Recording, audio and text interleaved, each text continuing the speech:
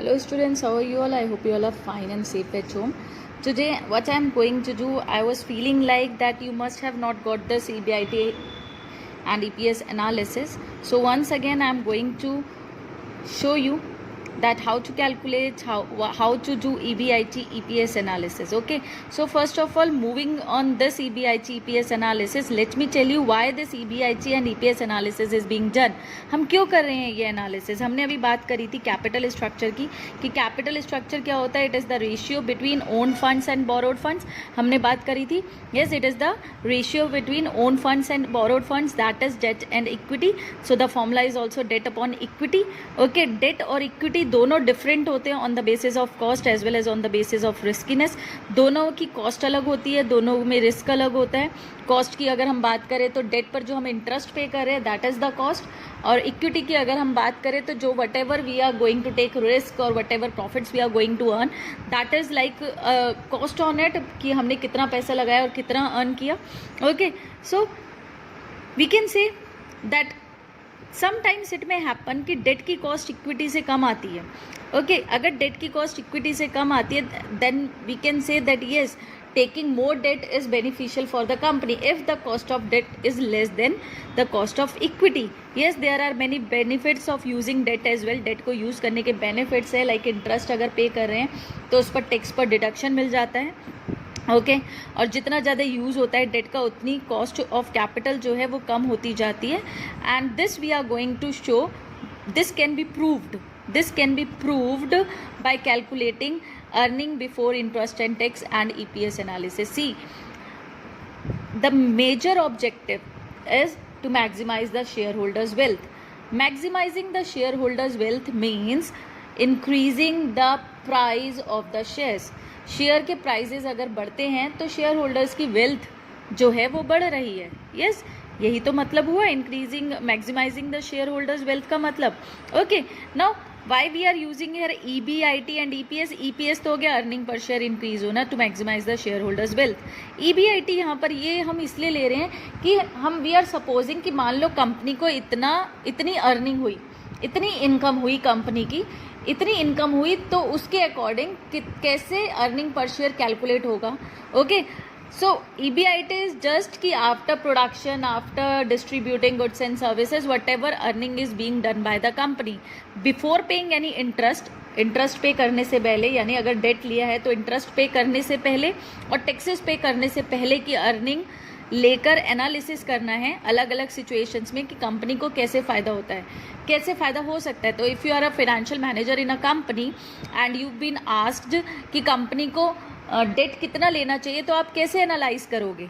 So you will do it by this situation. You will predict the income of the company and accordingly you will do the analysis. कि ठीक है, हम ये मानकर चलते हैं कि एक कंपनी में जो है फंड्स 30 लाख यूज़ करे हैं. इंटरेस्ट पर अगर कंपनी लोन लेती है, बोरो करती है, तो इंटरेस्ट रेट जो है वो 10% देना पड़ेगा. टैक्स रेट जो है इस ईयर का, असेसमेंट ईयर का, दैट इज़ 30% है. और प्रिडिक्ट करा कि कंपनी को 4 लाख का अर्निंग होगा. Okay, at the end of the year. Okay, now what the financial manager will do. Financial manager 3 situations लेता है, प्रिडिक्ट करता है, क्योंकि उसने एक सिचुएशन चूज करनी है कि कितना डेट ले. तो 3 सिचुएशन अपने अकॉर्डिंगली अज्यूम कर रहा है. चलो, एक सिचुएशन में वो रखता है कि कंपनी कोई भी डेट ना ले, कुछ भी डेट ना ले. एक सिचुएशन में वो सोचता है चलो कंपनी 10 लाख का डेट ले ले, क्योंकि 30 लाख टोटल फंड्स की ज़रूरत है, तो उसमें से 10 लाख वो डेट ले ले, 20 लाख इक्विटी यूज़ कर ले. एक सिचुएशन वो अपने सामने रखता है कि 20 लाख डेट लिया जाए और 10 लाख कंपनी अपना पैसा यूज़ करे, इक्विटी यूज़ करे. तो वो ये क्यों कर रहा है, ये देखने के लिए कि तीनों सिचुएशंस में EPS किस सिचुएशन से सबसे ज़्यादा बढ़ेगा.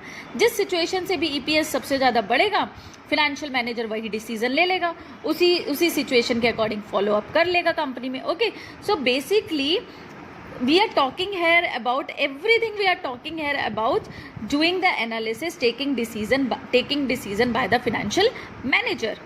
Now one more thing, we know what is financial leverage. Financial leverage क्या होता है कि ओवरऑल कैपिटल में डेट कितना है.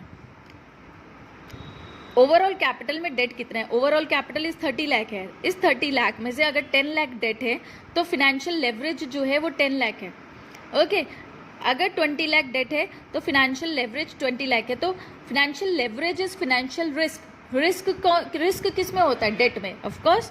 ओके, तो ओवरऑल कैपिटल में टोटल फंड्स में से कितना डेट का प्रपोर्शन, कितना रेशियो डेट का है, that is known as financial leverage. और इस EBIT EPS एनालिसिस से फाइंड आउट किया जाएगा कि फाइनेंशियल लेवरेज का क्या इम्पैक्ट पड़ता है कंपनी की प्रॉफिटेबिलिटी पर, और प्रॉफिटेबिलिटी क्या है? EPS। We are going to find out impact of financial leverage on profitability through this EBIT EPS analysis. So this situation is clear to all of you. Okay, this example, these figures, let's solve this once again.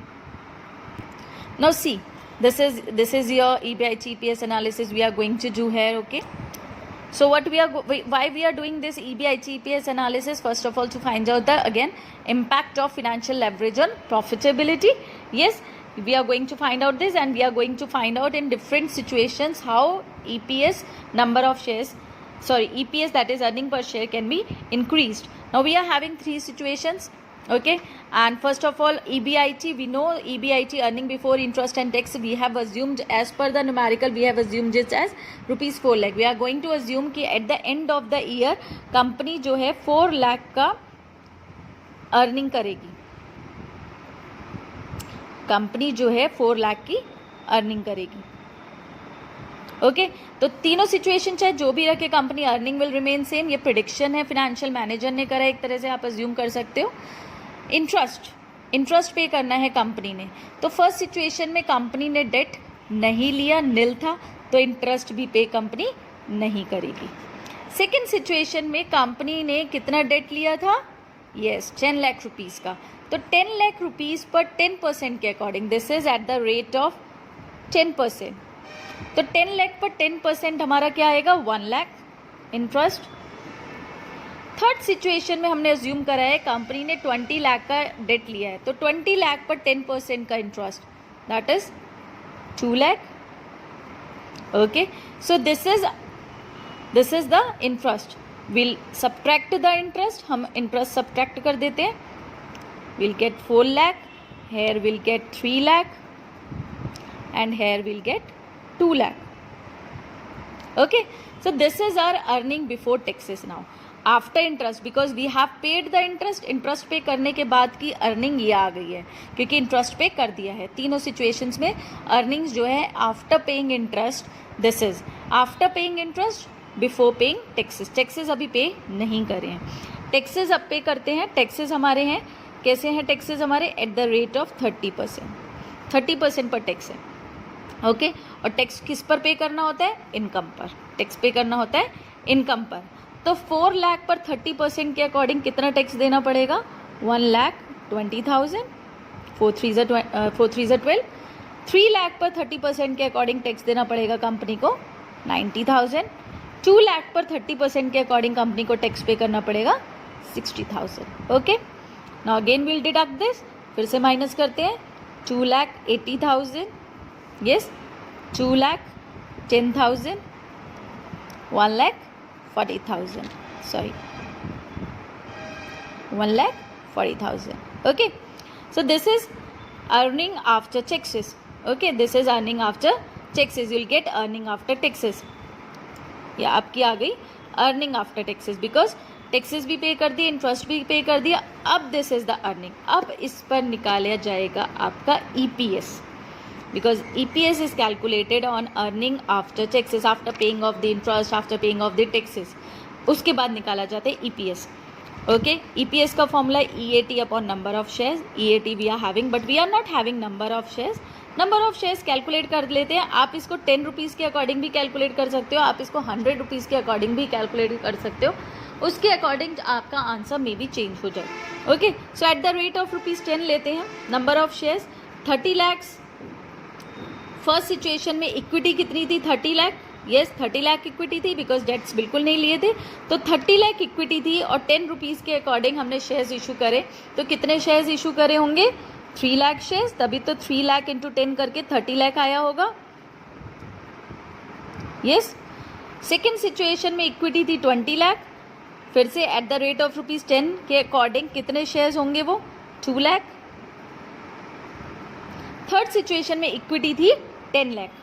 Because date लिया था 20 लाख, तो उसके according जो number of shares आए हैं that is 1 lakh, divide करा. Okay, now we'll apply the formula EPS का EAT upon number of shares that is 280 upon 300, that you will get 0.93. 2,10,000 upon 2 lakh, you will get 1.05. Sorry. 1,40,000 upon 1 lakh, you will get 1.40. Yes. So what you can see here, that as the you can see there is a difference in EPS.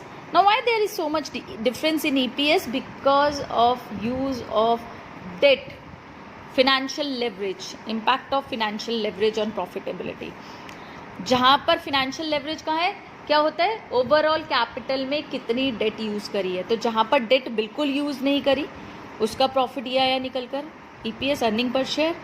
जहाँ पर date 10 lakh use करी थी उसका EPS आया निकल कर. जहाँ पर डेट 20 लाख यूज़ करी थी उसका EPS आया. यानी जैसे जैसे डेट का यूज़ इंक्रीज हुआ वैसे वैसे प्रॉफिटेबिलिटी या EPS कह लो इंक्रीज हुआ. So this is showing the impact of financial leverage. आप कहोगे ज़्यादा डेट यूज़ करने से अगर हम पैसा बाहर से ज़्यादा लेंगे तो कंपनी को नुकसान हो सकता है. नहीं, if more of debt would be taken then the profitability of the organisation increases. This is the technical part, this is the technicality. एक लेमैन की लैंग्वेज में बात नहीं कर रहे हैं हम लोग. We are talking technically, we are talking from the point of view of the business. This is business actually. Yes, so you are studying here business, you are getting ready for becoming the manager in future. तो आप लोगों को पता होना चाहिए कि financial leverage का impact कैसे कैलकुलेट किया जाता है. Okay, so this is how EBIT EPS analysis is being done. So now which situation will the financial manager will choose out of these three situations? Of course, third situation, financial manager will take the decision and will go for taking debt of rupees 20 lakhs. वो debt लेना ज़्यादा prefer करेगा. और कितनी debt लेना ज़्यादा prefer करेगा? 20 lakh की, because more EPS is there. Yes, so this is how it is being done. Okay. Earlier for example let's take कि वो एग्जाम्पल जो हमने लिया था that was of company X. Okay, now again one more company is there that is company Y. एक और company है that is company Y. अब see what we are going to do, we are going to do analysis. हम लोग analysis करने वाले हैं एक बार फिर से. इस बार हम देख रहे हैं कि कंपनी की earning before interest and taxes only 2 lakh rupees है. फिनेंशियल मैनेजर ने जैसे लास्ट सिचुएशन में प्रिडिक्ट किया था कि 4 lakh was the EBIT. Now let's suppose this time EBIT is rupees 2 lakh. इस बार सपोज किया जा रहा है कि EBIT जो है वो है 2 लाख रुपीज़ है. Now how does again the situation will change? See कैसे कैसे situation change होती है, कैसे कैसे prediction analysis की बात हो रही है हर बार. Each of the firm is not same. Okay, each of the organization is not same, nature of business is not same. Okay, scale of business is not same. So as per this एक analysis हर बार जो है ज़रूरी नहीं है same ही आए. So we are going to just break that conservatism कि if more of the debt is used in the organization then the EPS will increase.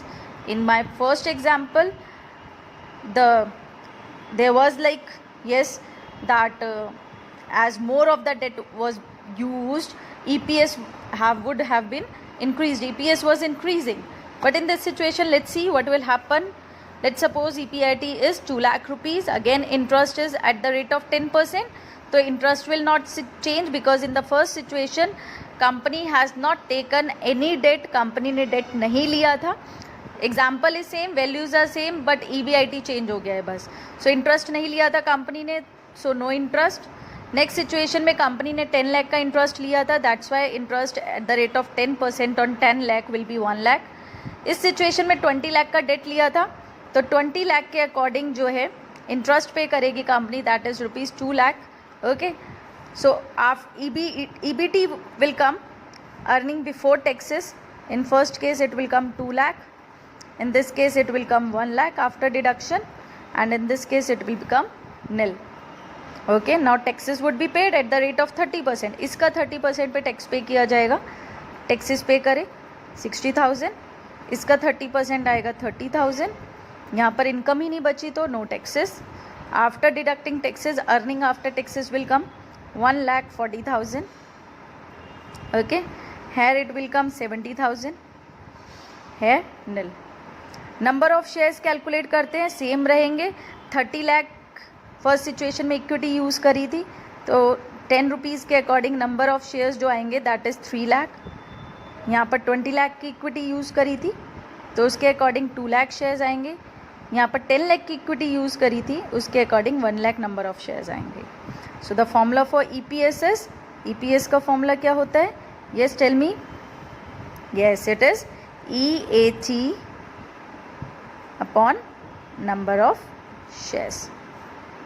Okay, so 1,40,000 upon 3 lakh 0.47, 70,000 upon 2 lakh 0.35.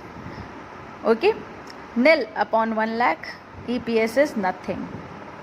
0 upon 1 lakh, you will get 0 only. So nothing. Now in this situation, see, in this situation more of the debt and EPS is reducing. More of the debt, EPS is reducing. ज़्यादा जैसे जैसे date ज़्यादा लिया जा रहा है वैसे वैसे EPS रिड्यूस होता जा रहा है. रीज़न क्या है? Now you will say ma'am earning before interest and tax. यहाँ पर earning before interest and tax बहुत ज़्यादा था, यहाँ पर earning before interest and tax कम है. No, the reason is return on investment, that is ROI. अच्छा, I have given you an example in my previous video. For example, अगर आप 10% पर लोन लेते हो कहीं से और आपकी कंपनी को प्रॉफिट होता है 10% से ज़्यादा, तो कंपनी के लिए फ्रूटफुल है? ऑफ कोर्स है, क्योंकि 10% कंपनी इंटरेस्ट पे करेगी, उसके बाद 3% उसका खुद का प्रॉफिट बचा. अब अगर मैं कहूँ कि 10% पर कंपनी ने लोन लिया, बोरो किया, डेट लिया, और उसके बाद कंपनी को जो अर्निंग हुई वो हुई 7% की, is it fruitful, beneficial? No, because company को प्रॉफिट ही 7% का हुआ है और अभी तो इंटरेस्ट 10% का देना है, तो कंपनी को तो 3% और पैसे ज़्यादा देने हैं. Company will go into the losses. Yes, simple सी बात है, बहुत सिंपल सी बात है ना. सो जो हम ये एनालिसिस कर रहे हैं वो रिटर्न ऑन इन्वेस्टमेंट का एनालिसिस कर रहे हैं. अब हम देखते हैं कैसे रिटर्न ऑन इन्वेस्टमेंट दोनों पर इफेक्ट डालता है. Let's see. In first situation ROI का फॉर्मूला होता है हमारा EBIT upon total investment into 100. Okay, so in first situation EBIT हमारा कितना था? 4 लाख. और इन्वेस्टमेंट कितना किया था? 30 लाख का. Total funds use into 100, that will come 13.33%. यानी कि 13.33% was the return on investment. यानी 10% पर इंटरेस्ट पर लोन लिया और कंपनी को जो रिटर्न मिला वो 13.33% का मिला. यानी अभी भी 3.33% ज़्यादा है. यानी ROI is greater than cost of debt. Cost of debt क्या है? 10%.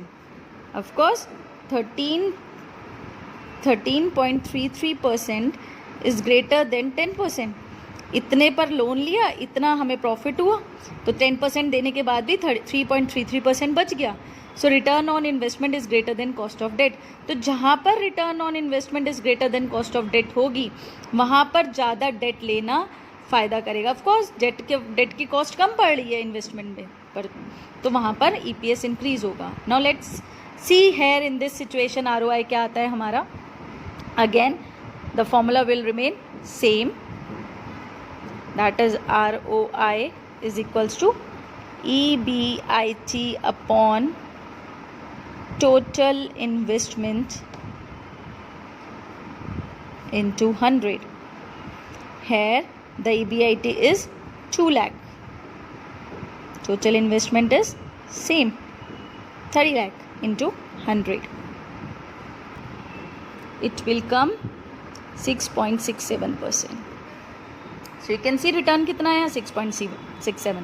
तो यहाँ पर क्या एनालिसिस हुआ that return on investment is less than cost of debt, that is 6.67% is less than 10%. तो यहाँ पर डेट की कॉस्ट ज़्यादा है और रिटर्न कम है, तो यहाँ पर डेट लेना फ़ायदेमंद नहीं है. It's not profitable to take debt. Okay, here in this situation it is profitable to take debt because cost of debt is less than return on investment. So in this way this is being done. Okay, and when there is cheaper debt, और जब debt cheaper होती है, return on investment से debt cheaper होती है, तो हम उसको क्या बोलते हैं? Trading on equity. Trading on equity. Trading on equity, it refers to increase in profit earned by the shareholders of the company due to the presence of fixed financial charges. Due to the presence of fixed financial charges, that is due to the presence of interest. अगर profit increase हो रहा है ज़्यादा से ज़्यादा interest लेने पर, यानी ज़्यादा से ज़्यादा बोरो लेने पर, लोन लेने पर, डेट लेने पर, तो उसे बोलते हैं ट्रेडिंग ऑन इक्विटी करना.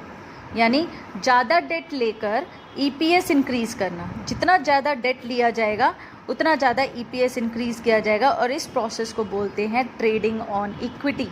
इक्विटी शेयर होल्डर्स को फ़ायदा हो रहा है ज़्यादा डेट लेने का, that's why it is known as trading on equity. So I hope you understood this now. Okay, so this is all for today. Thank you and have a nice day.